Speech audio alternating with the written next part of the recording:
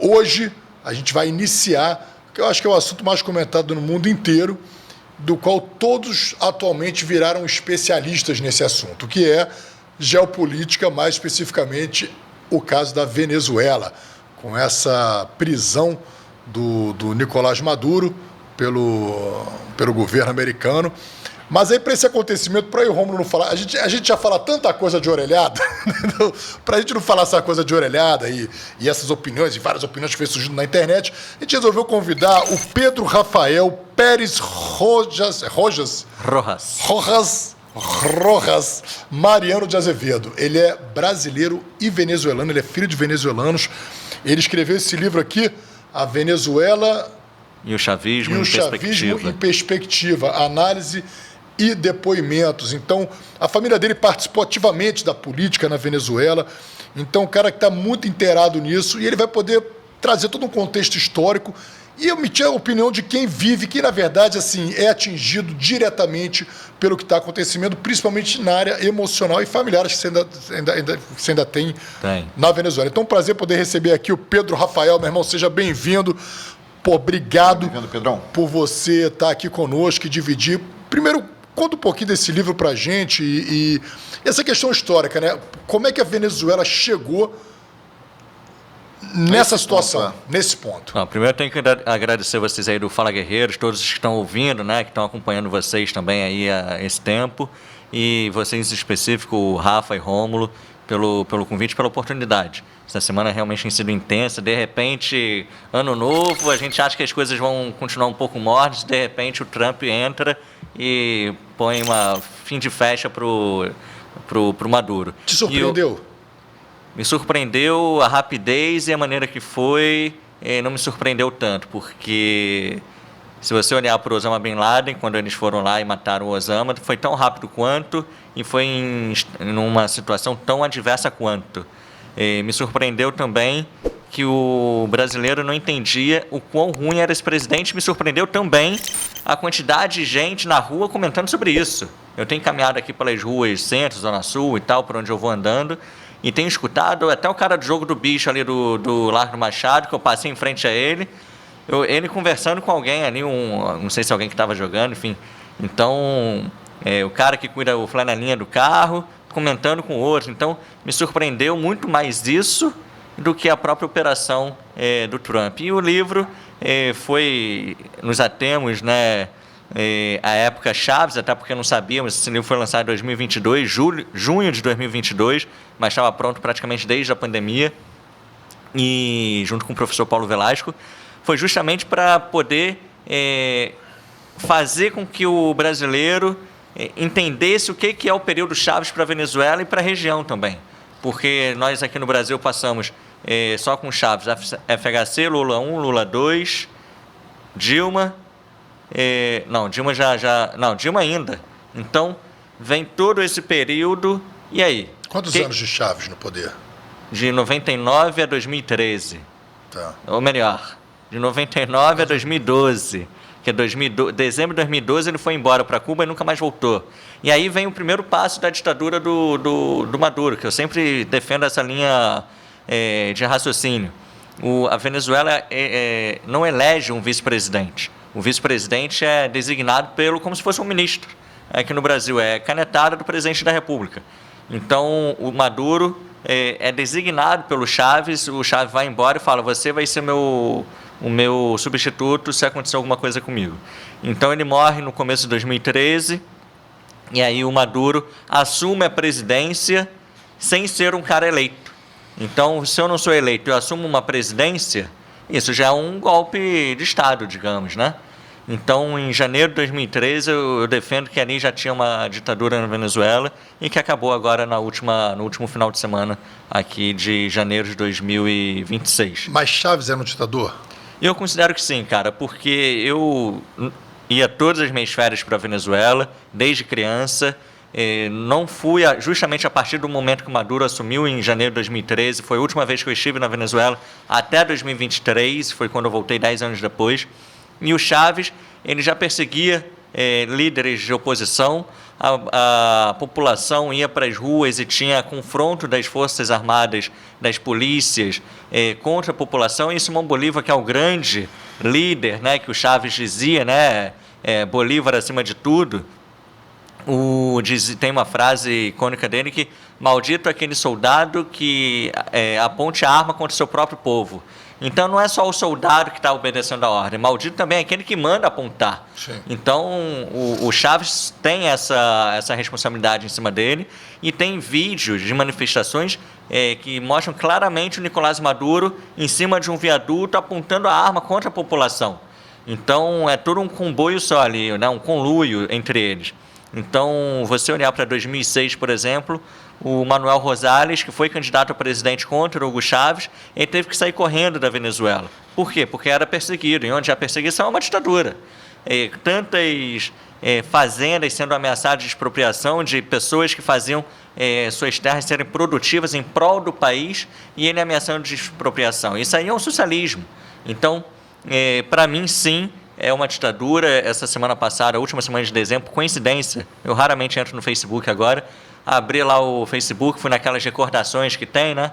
E aí mostrava que há 15 anos antes, ou seja, dezembro de 2010, eu já falava: lamento pela minha família que ainda continua na Venezuela, meus amigos e tal, mas eu considero que a partir de hoje, não lembro qual foi o que o Chaves fez naquela semana, naquele período exatamente, mas a partir de hoje já é uma ditadura na Venezuela.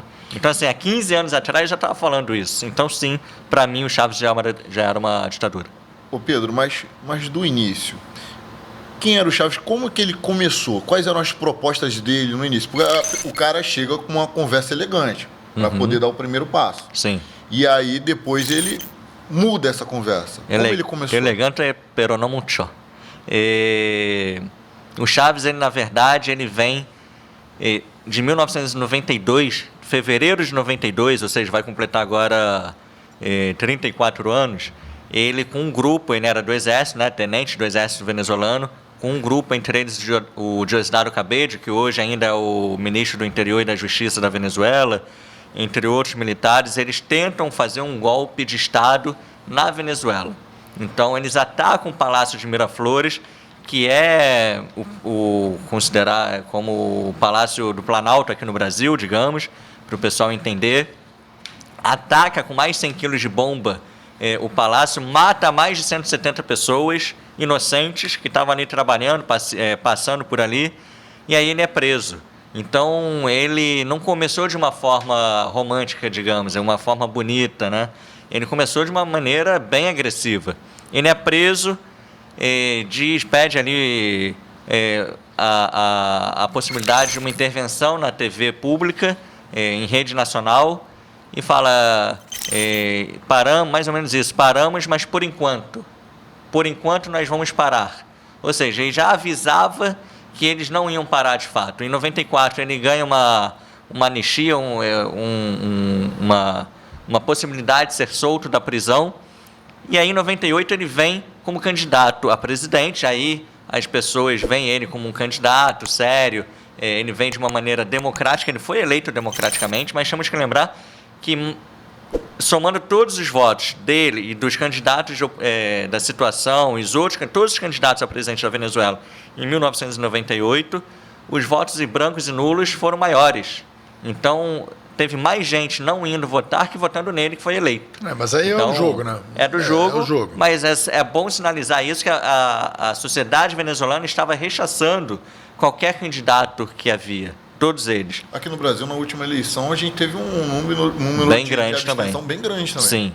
E aí, ele é eleito em 98, em fevereiro de 99 ele assume, e o primeiro passo que ele dá é dissolver o Congresso Nacional, que era bicameral, Senado e Câmara de Deputados, como aqui no Brasil.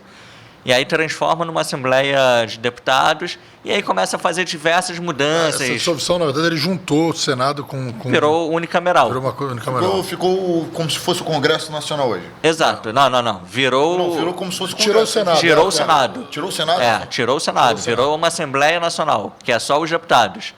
Então, e aí ele começa a fazer diversas mudanças, convoca uma nova constituinte. Lembrem que em 2002, ou seja, 3 anos depois de ele assumir o mandato, abril de 2002, começam as maiores manifestações populares contra o governo dele, né, do primeiro governo, primeiro mandato. E aí ele chega a sair da presidência da Venezuela por um período ali de 48 horas, 72 horas, 2, 3 dias, e os generais e alguns políticos trazem ele de volta para a presidência da Venezuela. Então aí começam ele a endurecer, porque já que tentaram me tirar, o presidente da Federação de Câmaras Empresariais da Venezuela, Pedro Carmona, chega a assumir temporariamente naquele período, por 2, 3 dias, e aí o Chávez é trago de volta para a presidência, abril de 2002. No Chávez, né? Logo depois, no final do ano, em dezembro de 2002, existe uma grande greve petrolífera na Venezuela, onde eu cheguei no dia que começou essa greve, onde a PDVSA parou de produzir petróleo por meses. Então você acaba não tendo mais gasolina, você acaba... o McDonald's, por exemplo, fechou, ficou 2 meses fechados, e aí quando voltou já não tinha nem batata frita para vender, era mandioca. Enfim, estou contando isso aqui só para vocês terem uma noção de como foi há 24 anos atrás. Então, o Chávez, sim, ele começou de uma maneira muito radical o governo dele, e logo no terceiro ano ele teve que ele endureceu justamente para poder começar a fazer todo o processo socialista que ele dizia que ia aplicar na Venezuela, a Revolução do século XXI. Quantas eleições o Chávez passou? Por quantas eleições? Cara, 98, né, que ele foi eleito, 2006, ele teve aqueles plebiscitos, aquelas coisas todas ali em alguns anos, depois em 2012. Então, 98 eleito... Você acha que ele foi eleito ou quando é que começou a ficar esquisito as eleições dele? Eu acho que em 2006 mesmo já estava esquisito, porque o próprio opositor dele, o Manuel Rosales, saiu correndo da Venezuela depois e ficou exilado no Peru por muitos anos. Hoje o Manuel Rosales já voltou para a Venezuela, ganhou uma anistia e é governador do segundo maior estado da Venezuela, que é Estado Zulia, onde está Maracaibo, que é o lago onde tem grandes fortunas de petróleo, né? Perto da fronteira com a Colômbia. Então, já ali em 2006, como eu estava falando, até 2002, 2003, 2004, 2006, ele já começou a mudar radicalmente, e foi quando ele também começou as missões, que ele chamava as missões bolivarianas, era de educação, de saúde, onde começaram a chegar muitos profissionais cubanos na Venezuela para trabalhar nos bairros menos favorecidos. Tá, e aí teve a transição para o Maduro em 2013, que você falou, né? Isso. 2013. Isso. Quando o Maduro, então você ficou pensando o seguinte, aqui no Brasil, você, na chapa, já é apresentado o presidente e o vice. Isso. Eles já são apresentados juntos. Exato. E geralmente tem até as composições políticas, até, olha, digamos assim, vamos pegar o exemplo do Lula, né? Uhum. O Lula veio como candidato e trouxe o Alckmin com ele, que o Alckmin ajudaria ele num segmento, determinado segmento da sociedade, seria interessante ter o Alckmin ali. Então o vice é muito utilizado politicamente aqui para você ganhar votos. Você tem Então lá não é isso, você apresenta apenas o presidente. E o vice é uma canetada, e ele pode o presidente está ali, ele pode mudar conforme ele quiser. Então, ao longo do mandato. Ao longo do mandato. Já aconteceu várias vezes. Então, aqui no Brasil... Isso é a lei deles lá, é a lei. Como funciona. Aqui no Brasil, lá pelos anos 50, 60, era assim também. Você não elegia o vice-presidente. O vice-presidente, eu acho que era o segundo mais votado. Então, lá você nomeia... É como se você fosse eleito presidente e nomeou ele como vice. E aí já não quer mais ele, me nomeia. E aí vai fazendo já não quer mais o Pedro, volta para o Rafa de novo. Entende? Então eles têm essa Então foi autonomia. nessa que o Maduro foi escolhido. E foi assim. Por que ele foi escolhido? Por que ele foi escolhido? A história do Maduro é complexa, né? Até dizem que ele não é nem venezuelano. Ele nunca provou a infância dele na Venezuela de fato. Então, mas ele provou lealdade ao Chávez. Então, Dizem que ele é de onde? Dizem que ele é da fronteira da Colômbia com a Venezuela, mas que ele nasceu no lado de lá da Colômbia. Mas isso aí é Como dizer que Michelle Obama é homem. Exato. Assim, mas ele nunca provou de fato a infância dele na Venezuela. Então, assim, isso levanta essas suspeitas todas. Mas O Maduro chegou a ser o chanceler da Venezuela, chegou a assumir um monte de postos importantes e foi ganhando a confiança do Hugo Chávez. Nisso, quando ele era o chanceler, o Chávez vai para Cuba nessa última ida, em dezembro de 2012, eu estava na Venezuela, inclusive, e ele fala: Maduro, você assume a presidência enquanto eu tiver, e se qualquer coisa você é o meu candidato a presidente, e falou isso publicamente. Então, tudo ele isso... foi tratar o câncer, dele em Cuba. Que ele dizia que já estava tratado, né? Já estava curado, mas sabia-se que não. Não tinha como se curar daquele câncer tão radical que ele estava. Mas aí são outros 500 também. Então, o Maduro, quando o vira o ano e o Chávez tem que assumir a presidência, ele não vai à Venezuela para assumir. Então, o Maduro, que não é ainda designado no novo mandato como presidente da República, ele assume. Esse é o grande problema. Então, ele já chega assumindo de uma forma não republicana, digamos assim, e para mim isso já é uma ditadura. E aí foram tendo aquelas situações. Aí a gente teve agora um episódio agora que foi essas últimas eleições, que eu acho que foram as mais controversas de todas, porque você tinha esses movimentos de oposição da Maria Corina, e foi também perseguida, ela lançou o Edmundo Gonzalez, tudo. Então parece que o mundo estava mais atento àquelas eleições e acabou e não queriam apresentar o boletim de urna, né? Que seria o boletim de urna, Sim, esse é o nome. Isso. Ele não queria apresentar de jeito nenhum, tal. Não sei se apresentou, se não apresentou. Não, parece que apareceu. apresentou alguma coisa e alguém disse que ele perdeu por 70%. Mas também não sei se foi apresentado ou não. Mas ficou uma coisa esquisita. Porra, tu ganhou, meu irmão, tá aqui o boletim de urna, é simples. Eu acho que a eleição tem que ser transparente, não pode, tem que ser inquestionável, né? A partir dali, os países começaram a deixar de reconhecê-lo como o presidente legítimo da Venezuela. Quais países que deixaram de mais de 50. A União Europeia, todos de direita, ou centro-direita, ou centro, ou democráticos, o próprio... diria os democráticos da nossa região, porque o Boric do Chile é um cara de esquerda, mas ele não reconheceu. O próprio Gustavo Petro teve as suas desavenças com Maduro quanto às eleições. O próprio Lula, a gente tem que ser sincero, ele também não quis reconhecer, mas também não quis dar força para a oposição. Então, o Lula está comungado ali com o Maduro desde sempre. O Lula tem vídeos, o Lula, Dilma, essa esquerdada toda aí, eles têm vídeos apoiando o Maduro lá atrás já, e o Hugo Chávez também. Então, você vê que o Celso Amorim, que foi nosso chanceler, foi nosso ministro da Defesa, um cara que eu respeito muito, eu sou internacionalista de formação, eu respeito muito o Celso, acho ele um cara muito inteligente, mas ele deixou de ser um operador da política externa de Estado para virar um operador de política externa de governo. E aí ele vai à Venezuela, no mesmo período que eu estive na Venezuela, em julho de 2024, que eu fui como observador, convidado pela Maria Corina e pelo Edmundo, e ele não conversa com a Maria Corina, ele só conversa com o Maduro e com a galera do Maduro, do governo. Então, assim, não reconheço, mas também não faço força para você sair.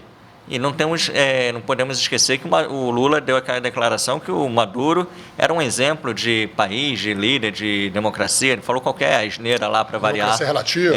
Exato. Então, e aí? O Brasil vai ficar em que posição? Para mim, o Lula perdeu muita liderança com isso que aconteceu agora na Venezuela. Porque o Washington liga para Moscou para avisar, estamos entrando em Caracas, mas não liga para Brasília. Não avisa a Brasília do que está acontecendo, e o Brasil é o maior país da região. Então, assim, quem é Brasília para eu ter que informar alguma coisa? Também deveria se posicionar como um líder dessa região. Então, você vê que nem a CELAC, que foi convocada a reunião logo depois, ainda no final de semana, que é os países latino-americanos, etc., eles não conseguem chegar a um consenso. E aí sai uma nota do Itamaraty junto com Chile, Colômbia, México, Uruguai e Espanha. Aí eles fazem uma nota, mas também repudiando e tal, uma coisa assim que às vezes era melhor não falar. Então, não é porque é o Itamaraty que está falando sempre... Eu tenho muitos amigos no Itamaraty, adoro o Itamaraty, sou fã da carreira, mas eu vejo que está virando um interlocutor de governo e não mais de Estado. E isso já vem de muito tempo acontecendo isso. Então, o Lula tem infelizmente, feito o Brasil perder sua liderança regional. Agora, qual foi a verdadeira motivação dessas ações dos Estados Unidos? Porque só a questão das eleições, geralmente você sabe que é uma situação muito delicada. O que eles fizeram é uma situação delicada porque você mexe com muitos interesses. E qual foi a verdadeira motivação dos Estados Unidos para esse ato? Até porque, complementando a pergunta do Rafael, traficante internacional. Aqui no Brasil, a gente tem um montão. Traficante internacional, os Estados Unidos não intervém aqui na nossa realidade, nosso dia a dia. Na nossa soberania. E eu acho que tem que ser assim, não tem que interferir na nossa soberania mesmo, não tem. Mas eles tinham N motivos, principalmente tratados internacionais de direitos humanos, para pegar o Maduro, mas usaram como subterfúgio a titulação de traficante internacional, formador de cartel. Que agora já reescreveram a acusação, né, sobre isso. Eu achei fraco. E assim, eu tenho as minhas ressalvas em relação ao Trump, já falei isso aqui algumas vezes. Sempre que ele faz alguma coisa, eu desconfio das motivações. E aí sim, a pergunta ao Rafael, diante disso, que já foi exposto, qual você acha que foi a verdadeira motivação dos Estados Unidos a irem lá e capturarem o ditador da Venezuela? Cara, ele mesmo já falou isso na coletiva de imprensa no sábado, 13h aqui do Brasil, 11 horas lá em Mar-a-Lago, na Flórida, quando ele diz claramente que as empresas de petróleo americanas vão começar a investir fortemente na Venezuela. Então, o motivo está aí. Não adianta falar porque é para salvar um povo, é pela democracia. O outro motivo por trás cara, estamos perdendo nossa liderança na região. Outros países, Rússia, China, e não entrando aqui em detalhes, acho que todo mundo sabe, vocês sabem, certamente, acabam investindo muito dinheiro na região e os países acabam se alinhando a outro eixo, digamos assim. E qual foi a declaração do próprio Trump? O hemisfério é nosso. Quem manda nesse hemisfério somos nós. Então, assim, na primeira aula de Relações Internacionais, quando eu entrei na faculdade, o professor falou assim, os países não têm amigos, os países têm interesses. E qual é o interesse do Trump? É a energia, é o petróleo da Venezuela. Ele já falou isso claramente. Mas aí entra, vocês falaram, porque então os direitos, os acordos, os protocolos e tal, o direito internacional foi desconsiderado nessa ação, concordo. Mas você mesmo falou, Rômulo, os direitos humanos, o próprio povo venezuelano, a população, aqueles guerreiros que ficaram 26 anos sofrendo na mão de gerações que morreram e gerações que nasceram dentro dessa ditadura, nesses 26 anos, que não viram mais a luz do dia, mais de 1.200, 2.000 presos políticos na Venezuela, eles clamam por uma intervenção estrangeira. E não foi uma intervenção que chegamos, tiramos e continuamos aqui. O cara foi lá, tirou e foi embora. Então, assim, vamos voltar? Não sei. Aí também já começa novamente todas as especulações, se vão pegar um, se vão pegar o outro. Mas a própria população venezuelana, se você for fazer uma enquete na rua, eles vão dizer que foram a favor. Então, o que vale mais? Uma lei escrita não sei quantos anos atrás ou o desejo de uma população inteira em sair daquela miséria? Porque viver com um salário de $3 mensais, não é que é o salário mínimo na Venezuela, cara, isso aí, cadê a soberania do povo? Viver sem direito à saúde e educação de qualidade, cadê a soberania do povo? O povo também não tem a sua soberania sendo ofertada. E o seu petróleo é produzido e é vendido através de outro país, porque o petróleo da Venezuela é produzido e enviado para Cuba para ser vendido para outros países. E a outra parte é para pagamento de dívida externa com a Rússia, Irã, Turquia, China. E aí, cadê a sua soberania? Saiu muito uma charge de vários líderes mundiais com um canudinho tomando o petróleo. Não sei se vocês viram essa charge. Eu vi vários em relação ao óleo. Cadê a soberania? E o Hezbollah que está lá dentro? E as Farc que operou muitos anos lá dentro? Com isso, muita gente sofreu nas mãos das Farc na Venezuela. Pessoas próximas a mim. E aí, cadê a soberania? Nunca foi feito nada. E os outros grupos terroristas estão lá dentro também. Cadê a soberania? Agora, os Estados Unidos vai lá, resolve um problema que o povo estava pedindo há anos. E aí, não, agora a soberania foi ameaçada. Ou seja, 2 medidas, 2 pesos. 2 pesos, 2 medidas. Isso é hipocrisia da esquerda. A esquerda é hipócrita. Vamos lá, se o Maduro fosse um cara, tudo que ele fez fosse de direita, qual era a posição do Lula? O que o Celso Amorim ia fazer? É muito fácil você criticar sendo o oposto da sua ideologia. Mas quando é seu amiguinho, que foi apoiado por você, cadê? Ele não fez nada, entende? Então, inclusive, estamos em ano eleitoral aqui no Brasil, quero ver a posição da política externa de todos os nossos candidatos a presidente. Isso é uma coisa que, se você for em todos os países da nossa região, as pessoas, os presidentes debatem. No Brasil, não. Porque nós costumamos falar que estamos de costas para os outros países. O brasileiro não cria um vínculo com os outros países. Talvez por causa do idioma. Eles são de outro idioma, o Brasil português e tal. Mas nós temos que saber qual vai ser a relação do candidato A, B ou C com os Estados Unidos. Qual vai ser a relação com a União Europeia, com o acordo do Mercosul com a União Europeia. Qual vai ser a relação com a China, com a Rússia. Isso tudo é importante sabermos antes de eleger uma pessoa. Bem, eu pelo menos sou formado em Relações Internacionais, acredito muito nisso, nessa importância. Então, cara, se o cara fosse de direita e fizesse tudo o que fez, eu queria ver qual era a posição do Lula. Rapaziada, olha só, eu quero pedir a vocês aí, gentilmente, aquela moral aí nos likes, estamos com 102 likes aí, isso aí pode ser ampliado. Por favor, deem essa moral, um toquinho na tela, vai ajudar pra caramba o canal. E o Guilherme soltou uma pergunta aqui, e a gente vai chegar lá, tá, Guilherme? Sobre os mártires dessa era Chávez e Maduro. Entretanto, a galera que nos acompanha na internet, que não nos acompanha não, mas que acompanha essa história da Venezuela na internet, só por Instagram, Facebook, TikTok, de repente tem uma ideia errada do que realmente acontece lá. Até porque tem uma galera que puxa para um lado, tem uma galera que puxa para o outro. Outro dia tinha um grupo se manifestando contrário à prisão do Maduro e uma venezuelana refugiada no Brasil falando: vocês não sabem o que acontece lá, vocês não sabem, parem com isso, vocês não sabem o que acontece lá.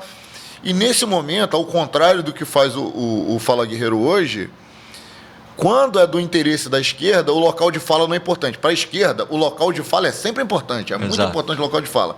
Mas quando é contrário ao que eles acreditam, né, ao que eles militam, não, o local de fala, nesse caso, não é importante. Pode falar qualquer pessoa, menos o venezuelano. O venezuelano natural da Venezuela está aqui refugiado, deixou seus familiares, não pode falar, não. Cala a boca aí, porque a gente vai continuar achando que os Estados Unidos não tem que ter vilão.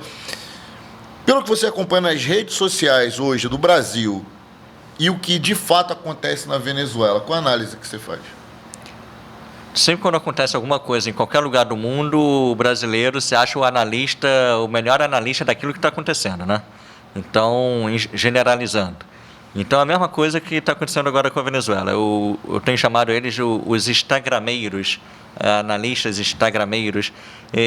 Estão falando um monte de baboseiras, um monte de hipocrisias, a maioria de esquerda, como você falou, Rômulo, onde não sabem, nunca se preocuparam em saber, nunca se preocuparam em estudar.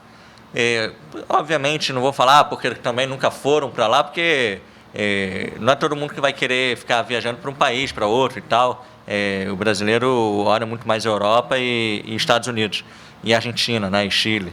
Então, eu acho que, eu tenho certeza que poderíamos ter menos gente opinando tanta baboseira e o pessoal parar para ouvir pessoas que realmente conhecem a realidade. Eu já tive 25 vezes ou mais na Venezuela, nas minhas contas. Assim, pelo menos 25 vezes eu já fui.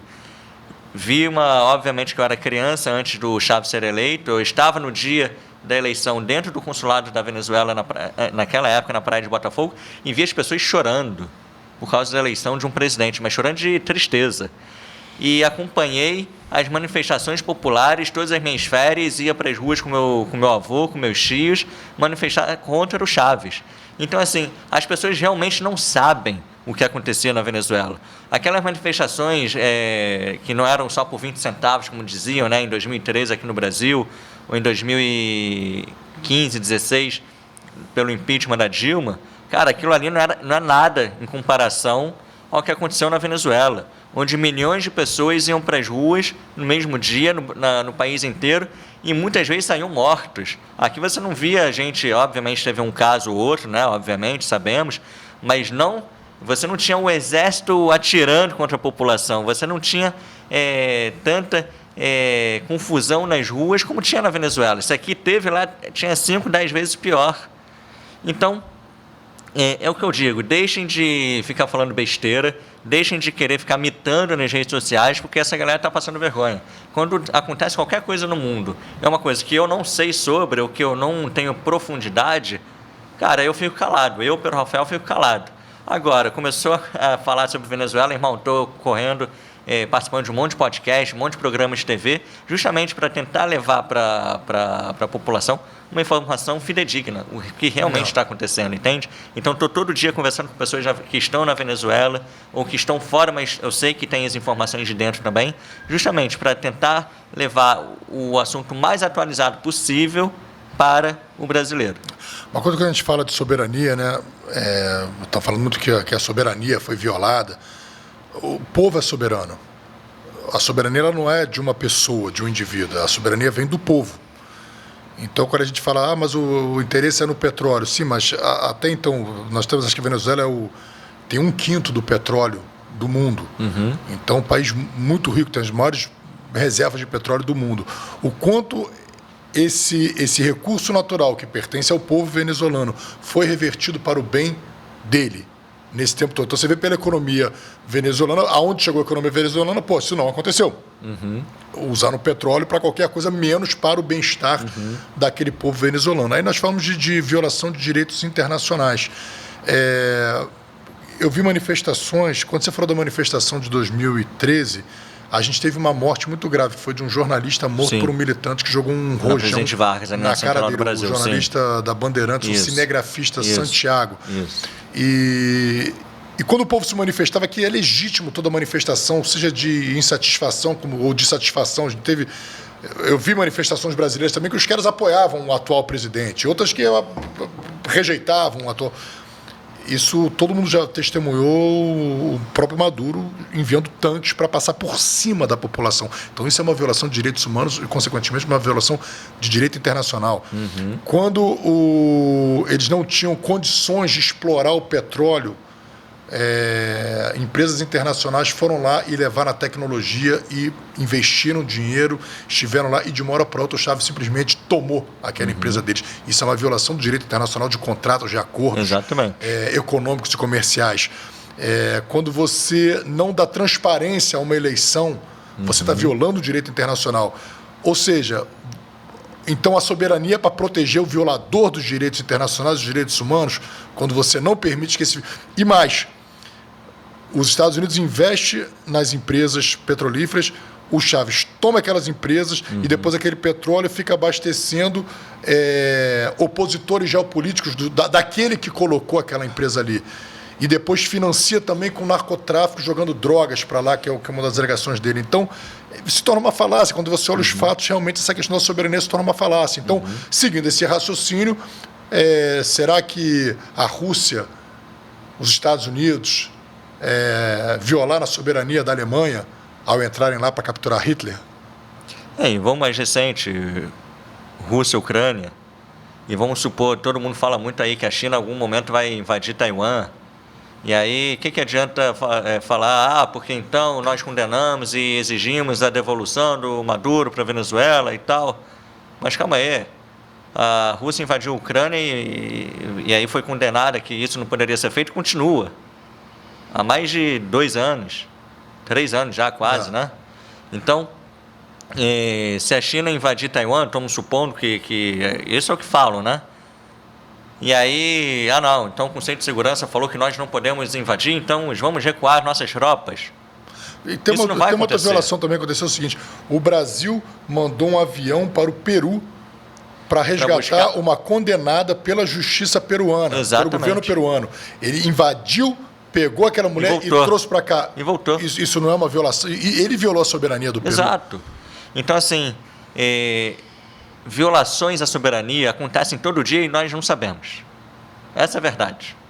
Então, é como eu falei há 5 minutos atrás, 2 pesos, 2 medidas. Cara, para vocês não vale nada, para mim vale o que eu quero. Quando eu quero que a soberania seja dita, eu falo. Para você não vai valer nada. E aí? É soberano você ganhar $3 por mês para você ter que comprar uma caixa de ovo que custa 12? 1,5 litro de suco de laranja caseiro no supermercado, tipo do Zona Sul aqui, aquele suco deles mesmo. Lá custa $9, eu tenho foto aqui. E o salário mínimo é 3. E o salário mínimo é 3. Eu tenho no meu Instagram um vídeo do dia da eleição, dia 28 de julho de 2024, quando eu fui dar uma volta lá nos centros, nos centros de votação. Eu parei uma senhorinha e falei, minha senhora, qual o salário mínimo? $3. Tá bom. E o que a senhora consegue fazer com isso? Nada, meu filho. Uma caixa de ovo custa $10, 8, 9, 10, 11 ou $12. E aí? Então, as pessoas têm que as famílias têm que voltar a morar junto, num estado de miséria, muitas vezes, ou você tem propriedades e você acaba alugando, mas aí vive ali com 200, 300, $500 para poder se sustentar. Essa é a realidade na Venezuela. Eu tenho um amigo que o pai dele foi engenheiro, né, pela Odebrecht, lá na Venezuela. E eles ganham bem. Ganham bem, né? Com a Odebrecht, né? E em relação à população local, eles ganham bem. Só que ela falou, ele me falou, cara, olha só, meu pai estava lá, ganhava bem, mas ele não tinha o que comprar, porque não tinha no mercado. Ainda tem isso lá, né? Não tem no mercado. Em 2017, 2018, foi o período mais grave, né? Nessa escassez, que não tinha papel higiênico, não tinha frango, não tinha carne, não tinha nada. E aí, quando eu voltei lá em 2023... Eu gosto de ir nos supermercados em qualquer país, qualquer cidade que eu vou, eu gosto de ir no supermercado para ver a cultura local, é um gosto meu. E aí eu fui lá, eu tenho fotos aqui, posso mandar depois para vocês, das geladeiras, dos freezers, das gôndolas vazias, ainda em 2023. Em 2024 também, óbvio que aí já muda um pouco, já começa a ter mais coisa e tal, mas ainda tem supermercados vazios naquele então. Hoje, não sei como está exatamente hoje, mas se você olha para 2017, para 2023, para 2024, cara, é um país em escassez, onde não tem produtos. Mas é porque eles não produzem... Ok, presumo eu que eles não produzam. Porque vai produzir para entregar para o governo também é complicado. O governo compra muita coisa. E os outros países não mandam, eles não importam nada? Cara, importam. Só que muitas vezes o próprio governo confisca para distribuir onde eles têm trabalhos sociais, o próprio empresário não consegue pagar porque o governo bloqueia o seu dinheiro para pagamentos. Então existe um monte de burocracia. Eu não falo burocracia não, porque burocracia é uma coisa uma burocracia. Então você tem um monte de burocracias estatais que acabam afetando e piorando a vida do dia a dia do venezuelano. Então, se você tem muito dinheiro, obviamente, aí os grandes supermercados de mais classe média, média alta, esses aí vão certamente estar mais abastados, né? Vão estar com mais produtos, mais variedade. Mas essas mercearias de esquina, esses bodegones, né, menores das comunidades, acabam tendo muita falta de produtos justamente por isso. Na Venezuela tem a figura do super rico? Tem os super ricos que são aqui. Hoje são os generais. E aqueles da alta cúpula da política. Hoje são eles. Empresários não tem... Tem um ou outro que acabam, mesmo sendo de oposição, se comunando à ditadura. Porque senão ele perde o negócio e a Venezuela acaba ficando 100% no estado de calamidade. Qual a população da Venezuela hoje? Depende, dentro ou fora da Venezuela? Dentro. E aí minha próxima pergunta seria essa. Cara, no geral, a média dizem que é entre 30 e 32 milhões de venezuelanos. Lá dentro? Não, geral, globalizando. Considera-se que já saíram até 2024 pouco mais de 8 milhões de venezuelanos. Então eu considero que já saíram aí uns 8 milhões e meio. Aí vamos considerar 32 menos 8, 24. entre 20 e 24 milhões de venezuelanos, talvez, lá dentro. Com direito a voto, deve ter aí a metade, talvez.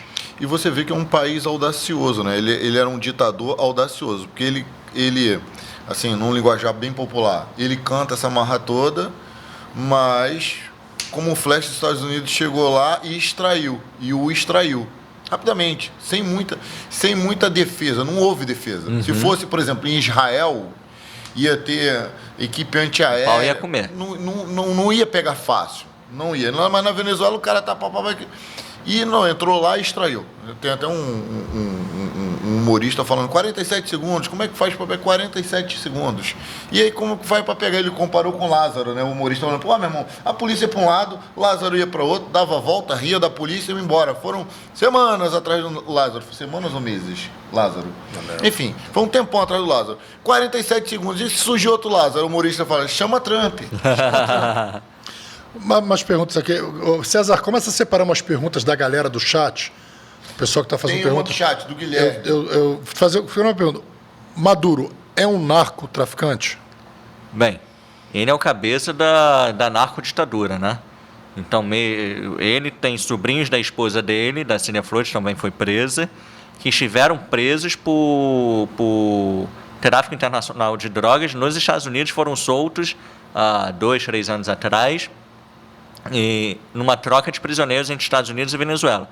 Então, assim, isso tudo nos leva a crer que ele estava, sim, envolvido em toda essa história do Cartel de Los Soles, etc., e ele era o ator principal da história. Ele era o palhaço do circo e os outros estavam ali atrás de coadjuvantes. Então, com certeza, ele tem ficha corrida para isso, mas eu não posso dizer que ele era o cabeça, que ele era Tem um testemunho do Carvajal, né? O Carvajal. Cartel de Soles. É por causa do símbolo dos generais, Exato. Porque o nosso são estrelas, né? Os generais têm estrelas, né? 2, 3, 4 estrelas. Os generais lá é o sol. O sol. Então esse cartel de Soles é associado... Totalmente, 100%. 100%. Inclusive, dizem que já tem generais aí se preparando tanto em questões de documentos, quanto em questões de financeiro, quanto no exterior, para sair logo da Venezuela para tentar se safar e não se misturar mais com essa gentalha. Inclusive de vir para o Brasil. Outra pergunta. Maduro foi preso. E o chavismo permanece ou está estremecido ou acabou? Permanece. A Delcy Rodrigues era uma pessoa, a família, né, Rodrigues, a Delcy e o Jorge Rodrigues, que é o presidente da Assembleia Nacional da Venezuela, são irmãos, e eles são figuras históricas também do chavismo já há mais de 20 anos. Então, como eu falei lá no começo, o Diosdado Cabello é o cara que tem a história desde o começo. Mas se você pegar a Delcy e o Jorge Rodrigues, eles também fazem parte dessa história de mais de 20 anos, do começo do governo chavista. Mostraram lealdade ainda na época Chaves. Então, nada ali é por acaso. O que é mais recente é o Vladimir Padrino, como ministro da Defesa, que manda nas Forças Armadas, e que agora eu acho que ele é o que está mais combalido ali, mais afetado, porque afinal era o ministro da Defesa e não conseguiu impedir a entrada dos Estados Unidos e a captura do Nicolás Maduro. Ele é o que está mais cambaleando ali. E também tem uma questão. Eles três, Delcy, Diosdado e Vladimir, eles todos têm desconfianças um com o outro. Eles não se dão bem, não é um grupo unido. Cada um tem seu grupo dentro do mesmo governo. Quem conseguia manter essa união entre eles era o próprio Maduro. Então, o que vai acontecer amanhã, depois de amanhã, na semana que vem, daqui a um mês? Muita coisa pode acontecer. Agora, uma pergunta sobre achismo, tá? Porque a gente não tem como afirmar. Você acha que o Maduro foi dado para salvar o chavismo? Digamos assim, entregaram um membro para poder salvar o sistema? Rafa, vamos fazer uma retrospectiva de agosto do ano passado para cá. Final de agosto, começo de setembro, o Trump manda as frotas navais. Começa a fazer todo aquele cerco e aí, de repente, começa a falar que vai fuzilar os barcos de drogas. Aí começa a falar já para o final do ano passado para as companhias aéreas, olha, não fiquem voando dentro do território venezuelano. Então, ele já estava Botou montando... recompensa. Botou os 50 milhões de dólares em prol de quem entregasse a cabeça. Né? E aí o que dizem, o que está sendo falado agora, é que em outubro do ano passado houve uma mesa de negociação entre representantes da Casa Branca, do Trump, junto com a Delcy Rodrigues, no Catar, em que ali ela teria sido sondada para ver se ela iria colaborar com a situação que iria acontecer. Então, tudo é achismo, né? Como você bem falou. Será que ela foi quem contribuiu para isso? Será que ela falou que não ia contribuir, mas que se acontecesse ela estaria ali após? Cara, eu não estou falando que ela entregou a cabeça. Assim, seria mentira da minha parte afirmar qualquer coisa disso e qualquer pessoa que afirme.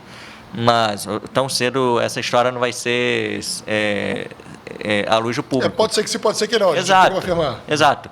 Então, mas que as evidências estão aí, nós temos que trabalhar com evidências. Muita coisa aconteceu. E o Trump liga para o Maduro e fala, sai, você vai ter todos os seus direitos, não vai acontecer nada de ruim. E o Maduro dizem que ele chegou a cogitar a saída dele. Mas que então esse cerco dele fez ele não sair. E aí vale também, não sei se eu falei na hora da soberania e também desse cerco, por que ele não sai? Porque quem está em volta dele ali na segurança privada, direta dele, eram os cubanos. Tanto que morreram 32 cubanos na invasão. Então, na captura. Então, a própria Cuba fala, você não pode sair. Você tem que ficar. E aí ele sai capturado. Esse foi o final da história. E por que Maria Corina não está participando desse processo? Você não está sendo, já foi descartada desse processo. Será que foi descartada mesmo? Aí é outro achismo, eu também acho que pode ser que sim, mas eu acho que não. Eu acho que tudo são movimentos, tudo são jogadas do Trump e a gente vê... seu tempo, né? Cada um tem seu tempo. Exato. Se você tira o Maduro no sábado, né? Aqui no Brasil já era sábado, e no domingo chega o Edmundo e a Maria Corina falando, nós aqui vamos assumir a partir de hoje, a Venezuela vira um caos. O general chavista, o outro chavista, tudo aparelhado ali. Tudo depende também, Rafa e Rômulo, como que os militares que são de oposição, que sabemos que tem, nem todos são chavistas, vão se comportar nos próximos dias. Porque ainda é tudo muito recente. Ao longo dessa história, cara, se a gente olhar para trás, faz o quê? 4, 5 dias? É muito recente. Entende? Então, como que os militares vão se comportar daqui para frente? Os de oposição. Será que eles vão tomar a rédea e falar, opa, tchau, Delcy, vamos fazer aqui agora uma nova eleição? E aí como que será a reação do Trump? Também agora tudo vai depender disso. Como tudo vai ter que ser negociado de maneira direta ou indireta com o governo americano. Tudo. Agora, o Trump já começa a mudar o discurso dele, os Estados Unidos, né? Começa a mudar o discurso. Antes era uma acusação e essa acusação já mudou, passou a ser outra. Ele disse que governaria a Venezuela interinamente até que fosse feita a transição. Você acredita que isso vai acontecer? Ele queria que a Maria Corina assumisse, né? Cara, você acredita que ele vai bancar isso? Porque tem muita gente pedindo que ele coloque em liberdade imediatamente o Maduro. Eu acredito que não. Eu acho que a intervenção dele deveria se basear apenas no tema econômico, que pela parte econômica ele vai conseguir influenciar sim na parte social e política, na governabilidade do país, mas pela parte econômica. Ele não pode chegar e começar, você é o presidente, você é o vice-presidente, você vai assumir o tribunal, você vai ser o procurador. Esse tipo de intervenção não dá. Assim, já é além do além do além. Então, a intervenção econômica vai estar sendo feita, já está sendo construída. As empresas americanas vão botar ali bilhões, chegando na casa do $1 trilhão para tirar do sucateamento a PDVSA e todo o parque petrolífero da Venezuela. A questão é, em quanto tempo isso vai ser feito? Não se sabe. A cada dia que passava da Venezuela eram mais tantos dias de sucateamento na Venezuela. Cada dia de ditadura, mais tantos de sucateamento para o futuro. Então, Rômulo, e quem vai ser o novo presidente da Venezuela depois disso, dessa transição? Não se sabe. E eu defendo que o Edmundo González, que ganhou a eleição de 2024, seja considerado nessa transição como um personagem da transição. Porque aquela eleição da Venezuela já foi dada como vitoriosa para o Maduro. A gente sabe que não foi. Mas você não tem como chegar agora, não. Agora vamos anular aquilo e tal. Assim, eu acho que daria mais trabalho. E convoca uma nova eleição. Mas para isso também, liberem todos os presos políticos já. São milhares de presos políticos. Eu conheço vários, amigos meus, estão presos. Então, assim, liberem essas pessoas. Essas pessoas já perderam 2 anos da sua vida e tem gente que está lá há 5, 10 anos preso. O próprio genro do Edmundo González está preso há 1 ano e meio. 1 ano e meio. Nosso xará Rafael. Então, assim, vamos começar a transição liberando os presos políticos. Já tinham que ter aberto a porta do helicoide, que é o inferno na Terra. Então, assim, tem séries no Netflix que mostram o helicoide. Quem tem dúvidas do que eu estou falando, entra lá nas piores prisões. Como é que é o nome? O helicoide. Helicoide. É o nome de uma prisão. Com H. Helicoide. E aí, tem uma série no Netflix que mostra as piores prisões do mundo. E mostra o helicoide na Venezuela. Eu recomendo que vejam. Que vão ver o estado deplorável daquelas pessoas. As pessoas saem de lá como se estivessem numa greve de fome há anos. No osso, muitas vezes. Chicoteadas. Cadê os direitos humanos para essas pessoas? Cadê a soberania dessas pessoas? Estão presas só porque pensam, fazem, falam diferente daquela ditadura? Que discordam, né? Exato. Então, assim, a soberania... Meu irmão, cadê a soberania dessas pessoas? Eu termino sempre todas as... Não estou terminando aqui não, só, mas que vem ao caso que eu falo sempre, todas as minhas palestras. Cara, não tenha medo de pensar e fazer diferente, tenha medo que pensem por você. Não tenha medo de ser um cara diferente, tenha medo de viver numa ditadura onde você não tem direito a falar e fazer e discorrer e pronto. E aí, meu irmão, cadê a soberania dessas pessoas, entende? Então, tudo que está acontecendo tem que começar agora uma transição, ver qual vai ser o papel dos militares, né, que são ligados à oposição, que rejeitam o chavismo, mas o chavismo não morreu e não vai morrer. Olha o peronismo, olha o kirchnerismo, olha tantas ideias ideológicas de outros países, e o próprio lulismo. Quando o Lula morrer e deixar de ser presidente, depois de morrer, vai continuar por décadas as pessoas falando, porque o lulismo. São ideias ideológicas que vão se permanecer. Como o próprio bolsonarismo. Exato, o cara está todo arrebentado aí, quase morrendo, e as pessoas... Quanto esse evento geopolítico, né, da prisão do Maduro e de uma certa forma o sistema está desestruturado lá. Uhum. O chavismo existe por causa das pessoas ligadas ao chavismo. Mas eles mesmos estão, sem saber o que vai acontecer.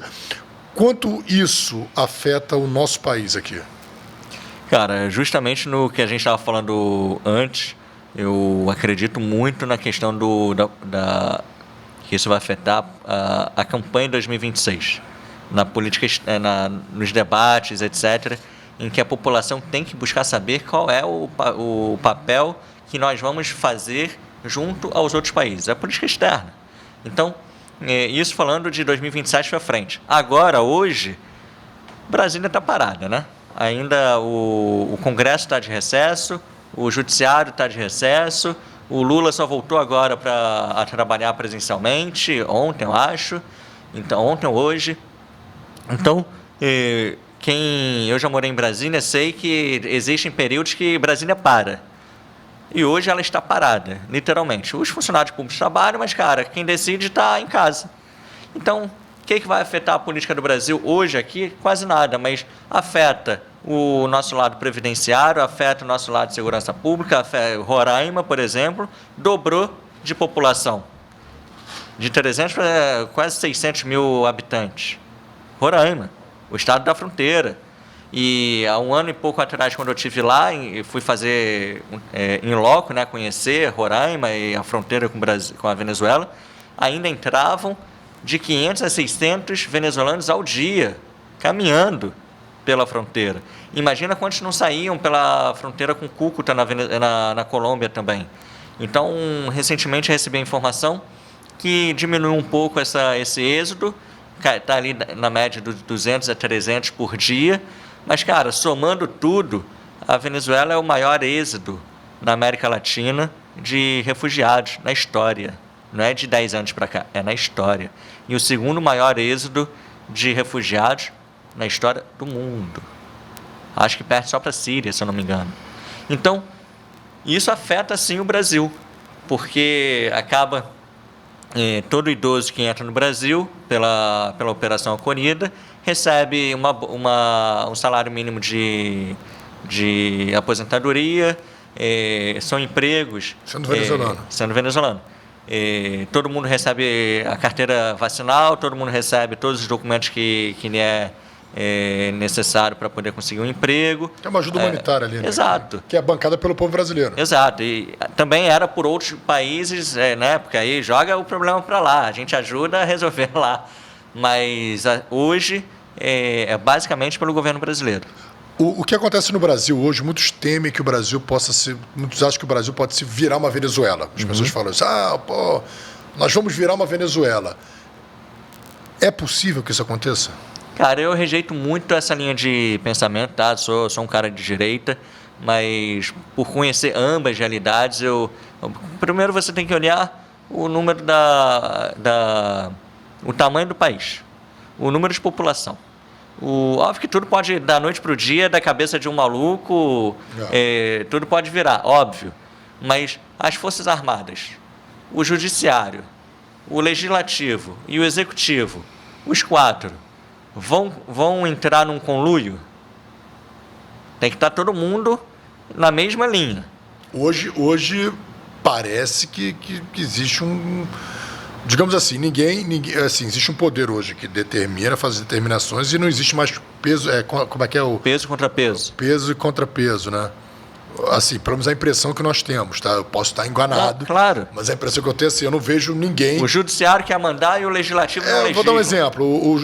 Esses dias o Congresso Nacional, ele votou pela não cassação de uma parlamentar. Isso. O Judiciário falou assim, não, caça. Exato. Cara, mas isso aí, aqui diz que é o Congresso que decide. Concordo. E ele mandou caçar e caçou. E aí o cara do Judiciário, ele vai declarar que ele é um ditador? E aí, o que é que vai fazer o Legislativo? O que é que vai fazer o Palácio Planalto? Entende? Então, é uma incógnita. Tem parlamentar preso por crime de opinião. Sim. Tem parlamentar censurado. E o Exército... O que fizeram com o Daniel Silveira foi vergonhoso. Tem generais ali que são... O cara entra lá no cartão, prende um militar e o militar e a cúpula... O que fizeram com o Augusto Heleno também é vergonhoso. Não fala nada. É vergonhoso. Então, assim, mas nós vamos chegar ao ponto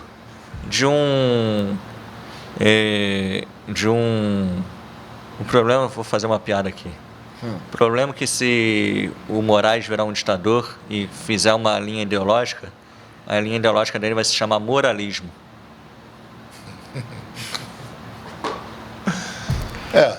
Já pensou no Brasil ter uma linha ideológica chamada do moralismo? Porque ele mesmo não tem uma linha assim, você não consegue enxergar ele como um cara de esquerda. Como a galera de direita também não enxerga ele como um cara de direita. Ele é do moralismo. Porque Moraes, moralismo, né? Falando em piada, você acha que o Nicolás caiu de Maduro? Isso aí já tá podre há muito tempo. Cara, tem as perguntas da galera aí. Pergunta da galera. Começa com a do Guilherme, que é do... A gente quer falar sobre os marcos. Você já falaram 3 vezes desse Guilherme. Quero ver a pergunta dele.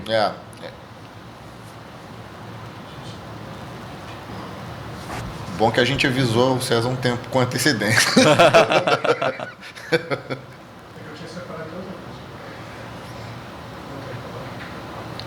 Boa, aí.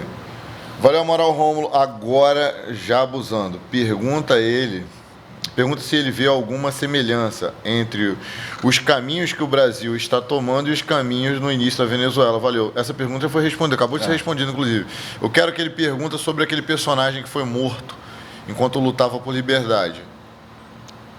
Aí o Romulo pergunta qual a opinião dele sobre Oscar Pérez, que lutou contra Maduro e foi eliminado.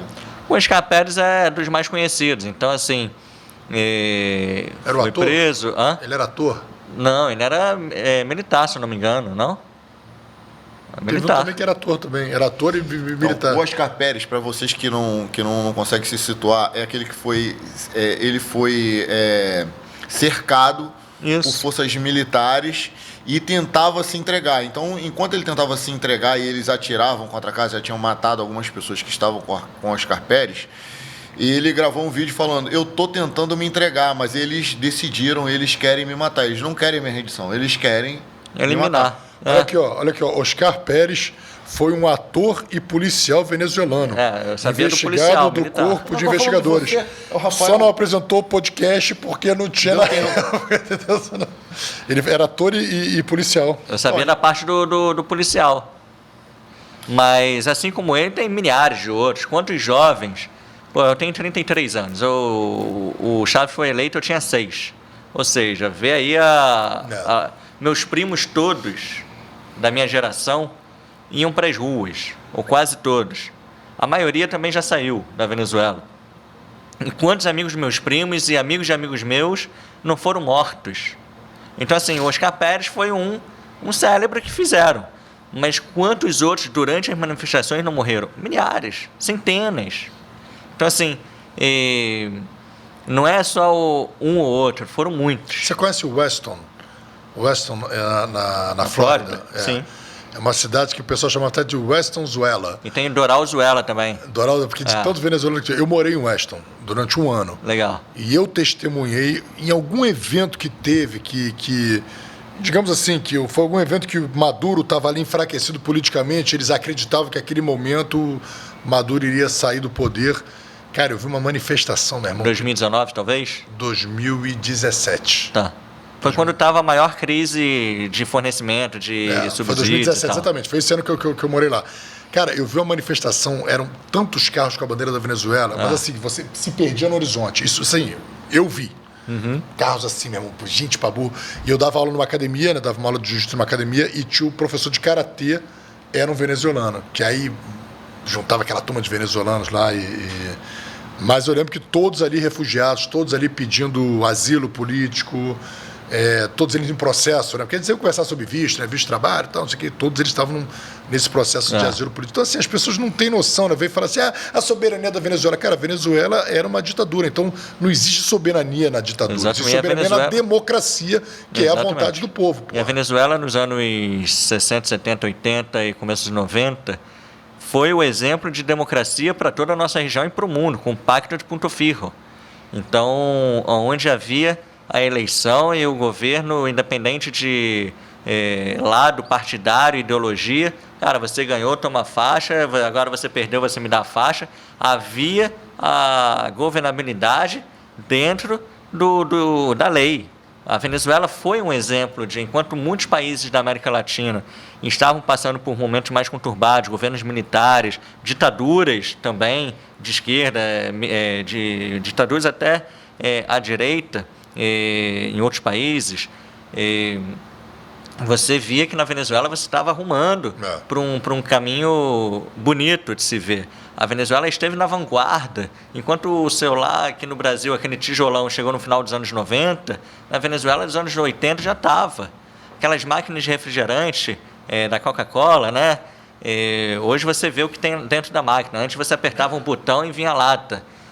E aí, aquilo já existia na Venezuela, tecnologia e tal. Então a Venezuela já estava numa vanguarda que o Brasil, anos depois, foi recuperar esse tempo. E outros países, obviamente, mas aqui sempre comparando com o nosso país. Então, cadê a soberania? Assim, tudo bem, havia-se uma desigualdade na Venezuela muito grande? Certamente havia, mas era para ter entrado num período ditatorial por causa disso? Havia muitas maneiras de você resolver isso. Não era para chegar no ponto que chegou. Essa igualdade hoje é por baixo, é igualada por baixo. Exato. É igualada na miséria, né? Mas esse é o comunismo. Todo mundo pobre e eu aqui que sou do governo, irmão, aí eu tô surfando a onda. E vem cá, Cuba é a cabeça da serpente. Cuba é cabeça de serpente, a Rússia também faz parte. É, porque a Rússia usa Cuba como, digamos assim, Cuba é uma embaixadazinha de Cuba e ela que influenciou todas essas revoluções. Exato. E depois a Venezuela começou a bancar Cuba também, com petróleo. Joga as perguntas aí da galera pra gente estar chegando aí no final da participação aí do Rafa. A oposição do regime atual da Venezuela encontra-se fora do país? A maioria, incluindo seus líderes venezuelanos contra o regime, confirma. Como será a volta ao país? Tem ideia? Obrigado. Quem é o Marcelo, é isso? Marcelo Xavier. Marcelo Xavier, obrigado pela pergunta, querido. Marcelo, as lideranças hoje estão fora, a maioria, né? Você vê os dois principais hoje, Maria Corina e Edmundo, estão fora ainda, eles dizem que estão prontos para voltar, etc.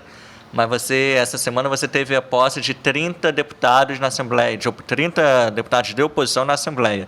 Depois das eleições que tiveram ano passado e muita briga e tal, para não falar que é uma ditadura, eles inventam que tem 30 de oposição no mundo ali de centena. Então, o Henrique Capriles, que foi um grande líder há 10 anos atrás da oposição, ele tinha se afastado, aí agora voltou, eleito deputado, ele está na Assembleia agora de Deputados da Venezuela, mas os principais líderes hoje estão fora, sim, os que não estão presos, né, também lá dentro da Venezuela, e eu acredito que num médio prazo, Marcelo, vai haver um êxodo pequeno de venezuelanos da faixa de 50 a 65 anos. Aquele venezuelano, vamos só arredondar para 25 anos de governo chavista, aquele venezuelano com 50, ele saiu a partir dos 25, então ele ainda tem uma memória afetiva com a Venezuela. O de 65 com 40, né, 40 anos, então ele tem uma memória afetiva ainda muito forte com a Venezuela, e mesmo ele saindo, e mesmo que ele tenha conseguido muita coisa no exterior, em outros países, eu acredito que ele ainda acredita no retorno ao seu país, que pode prosperar, pode crescer de maneira justa no país. Então, eu acredito muito que esse grupo, 50 a 65 anos, volta à Venezuela no médio prazo. No longo prazo, pode ser que outros também, mas quem já está radicalmente fora da Venezuela, já está indo bem, dificilmente volta também. Outra pergunta, Cezinha. Vamos lá. A miséria na Venezuela tem muito a ver com a ditadura chavista, mas tem muito mais a ver com os embargos econômicos brutais que os Estados Unidos aplicam há 2 décadas contra a Venezuela. O que você acha dessa? Ele não está perguntando, numa opinião.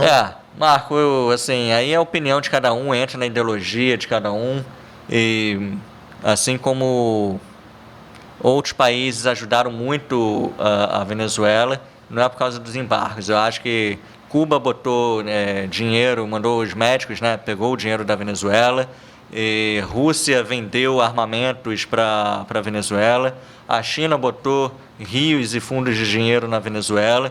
Então, assim, dinheiro não faltou. Lembre-se, 20 anos atrás, ali por 2004, 2008, o boom do petróleo, onde o barril bateu ali 120, 130 dólares, hoje está na casa dos 60. Então, a venda é feita através de Cuba, onde fica metade do dinheiro. E a outra parte de produção de barril, lembrando que a Venezuela hoje produz mais ou menos o mesmo que produzia nos anos 50, então quase nada, 1/5 mais ou menos do que poderia estar produzindo. Então, não faltou dinheiro. O embargo pode ter apertado muita coisa, mas também não é o que ia sufocar de fato, tanto que não sufocou. Começou a sufocar agora, mais recentemente, com um embargo de fato que aconteceu. A Venezuela, quando eu era criança, você abastecia o carro de gasolina com 2, 3 dólares. Hoje você abastece com 25, 30 dólares.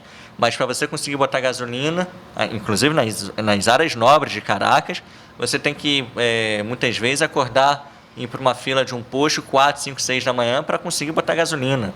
E aí você vai sair da fila meio-dia, 1h da tarde, que aí você não tem gasolina para todo mundo e quando tem é racionado. Então, assim, Aí voltamos ao assunto da soberania, né? Então, a própria produção interna também já era escassa.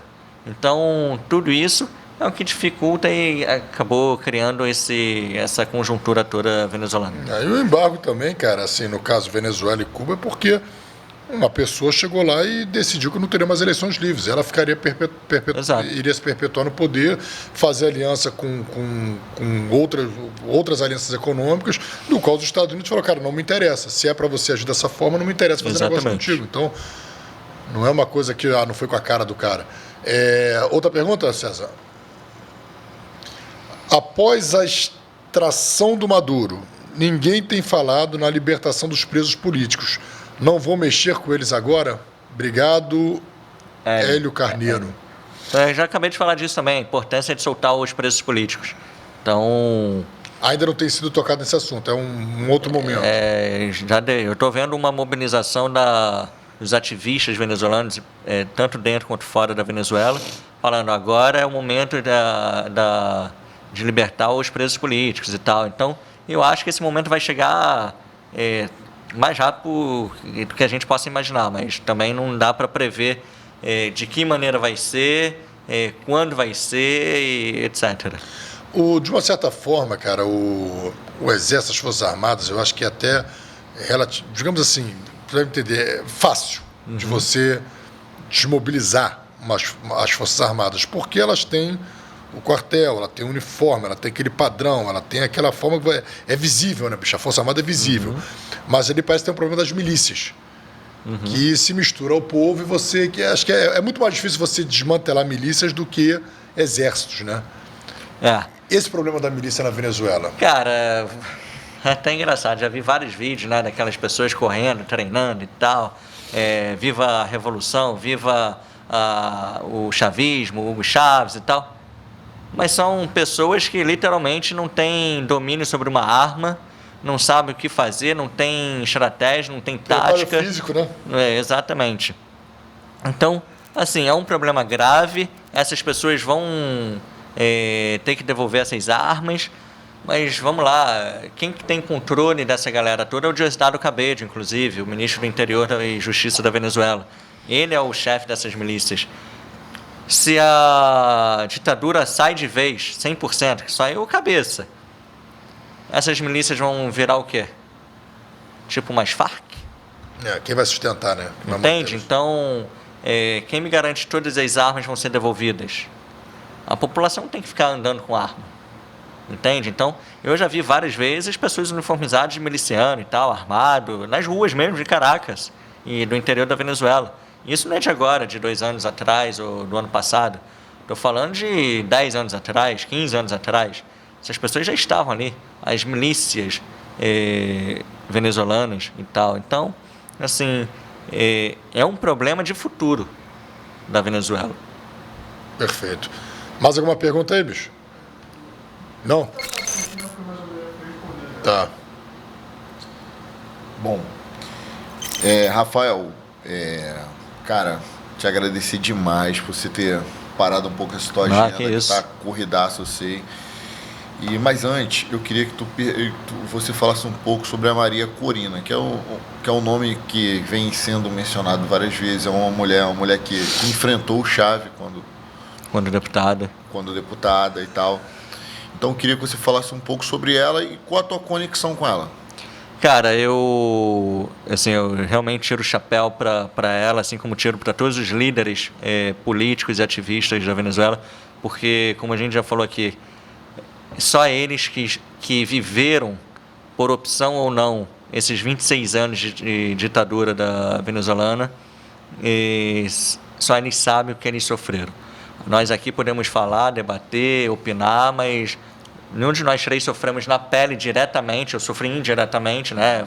Minha família saiu, amigos presos, amigos mortos, e aí eu tiro o chapéu assim para ela. Conheço a Maria Corina pessoalmente, já estive várias vezes com ela, inclusive no dia da eleição, dia 28 de julho de 2024.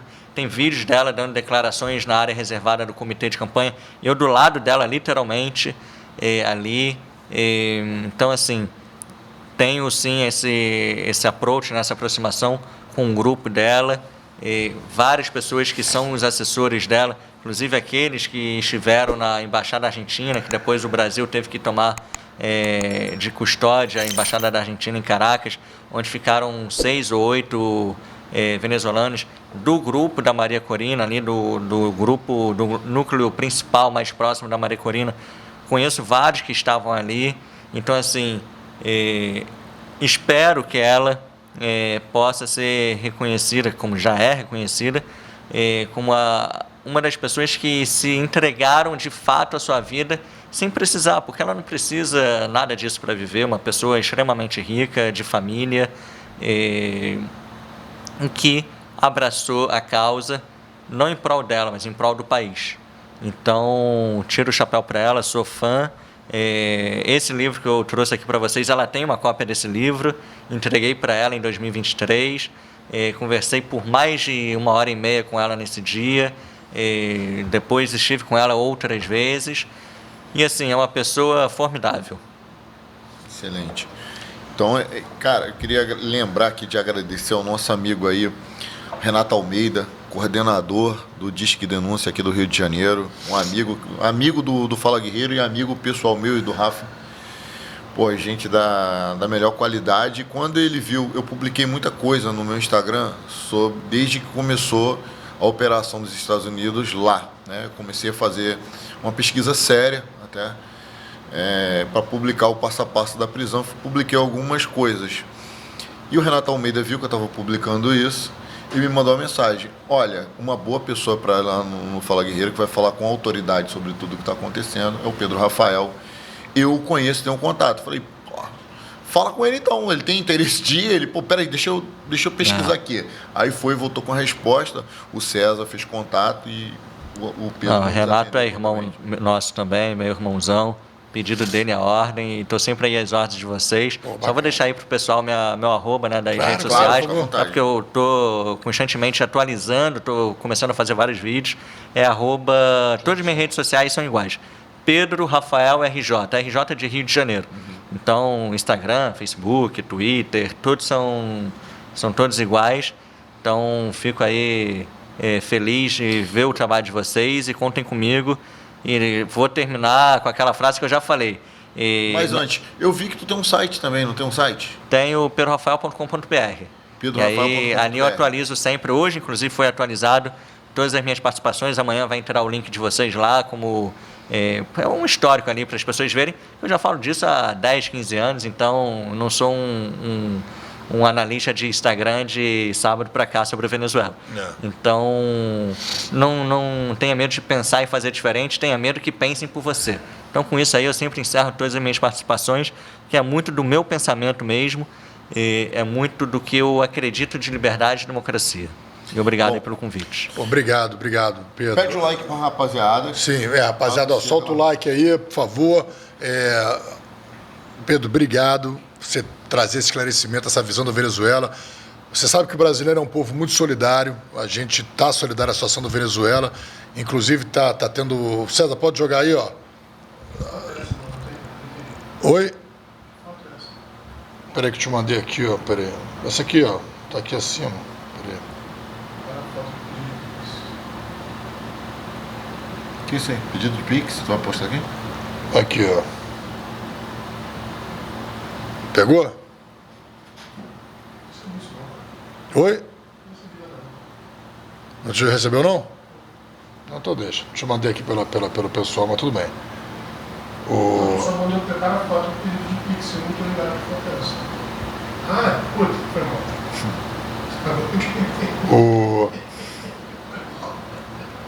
Não, para mostrar aqui Já baixou? Isso aí é uma demonstração de solidariedade do nosso povo brasileiro com o povo venezuelano. Está aqui, ó. Olá, aqui é Donald Trump. Estamos pedindo sua ajuda para reconstruir a Venezuela após a captura do ditador Nicolás Maduro. Poderia nos enviar um pix de R$250, chave donaldtrump@gmail.com. Então, vamos ajudar o Donald Trump a construir a Venezuela. Rapaziada, assim, eu sei que para alguns vai parecer óbvio que isso aí não é sério, que é uma tentativa de golpe, mas assim, o Fala Guerreiro deixa claro, tá? É uma piada do Rafa e isso aí não é real, tá? É uma tentativa de golpe barata aí da internet. Pelo amor de Deus, não façam pix pra essa conta. Pô, mas, desculpa, se tu achou que isso era sério, acho que tu Não, tem que tem parar de gente que assistir o Fala Guerreiro, porra. depois vai dar trabalho pra vocês, Você é né? vindo de mim, entendeu? Tem gente que Ou acha. tá assistindo hoje a primeira vez. Mas, meu irmão, obrigado, bicho. Obrigado, hein? Valeu, meu irmão. Porra, Deus te abençoe. Obrigado, viu, irmão? Galera, um grande abraço. Olha só, vamos continuar aqui o Fala Guerreiro, que tem uma opção de notícia aqui pela frente. Eu pulo pra lá já, não precisa nem sair do ar, né? Oi, não. Vamos pausar. A gente vai dar uma pausa só pra eu pular pro lado de lá, pra não ficar aquela coisa que a gente vai tirar, só pra dar uma mudança do cenário. Cara, assim, 1 minuto é o tempo de um comercial. Não dá tempo de fazer 300 likes ali, né, rapaziada? Faltam 15 só. 300 likes aí pra gente começar essa transição. Pode, vamos lá. Enquanto a 300. transição lá na Venezuela não acontece, a gente vai fazer a nossa transição. Então, olha só, vamos pegar aqui, ó. 2 minutos pra gente se despedir do Rafa também, do Pedro. Aham. Eu vou passar pro lado de lá e a gente vai continuar a linha de frente. Só pra vocês entenderem, ó, já tem hoje a situação do... Cara, tem muita história, tem muita Do história. garoto que? Do garoto que foi fazer a trilha. Garoto da Montanha, tem a situação os influencers que receberam dinheiro para falar bem do Banco Master, tem a situação da Catiúcha, que arrumou um namorado e depois falou que o namorado bateu nela e depois viu que o namorado, na verdade, não gostava dela. Tem uma opção de história. Tem a história do cara que deu um tiro no cachorro, covardemente, aqui em Magé, no Rio de Janeiro. Tem a história do cara que esfaqueou uma pessoa na academia e foi preso ali em flagrante. Ou seja, tem Policial muitas da- coisas boas. Policial da Polícia, da Aquilo Polícia foi de impressionante. Imigração dos Estados Unidos que baleou uma americana nativa hoje. É mesmo, cara. É. Isso aí, nem eu tava sabendo O dessa. Trump se manifestou. O acidente sofrido por Jair Messias Bolsonaro e a negativa de Alexandre de Moraes de conceder que ele fosse imediatamente para o hospital. Teve que haver uma manifestação do Conselho Nacional de Medicina. Vamos falar também da mulher do ano, eleita pela Marie Claire, Erika Hilton. Então, cara, o programa tá imperdível, você não pode deixar de perder. São 3 likes, rapaziada. Ó, Aí, faltam... Mais 3 likes para a gente poder entrar aqui e começar a segunda parte do Linha de Frente. Só mais 3 likes, galera. Vamos lá, 297. Cadê? Deixa eu ver aqui quem é que tá. Pô, tem 345 pessoas aqui. O médico é muito bom. O médico é gay, tá falando aqui já. Não, tá calma aí. Não, tá dando Fica já dando o. spoiler aí. Tá dando spoiler aqui, a Cris aqui dando spoiler. 300, vamos lá. Ó, 2 minutinhos contados no relógio. Já sabe, se sair, já sabe o que você é. Se sair, vai ficar broxa. Vamos lá. Ah, deixa eu jogar.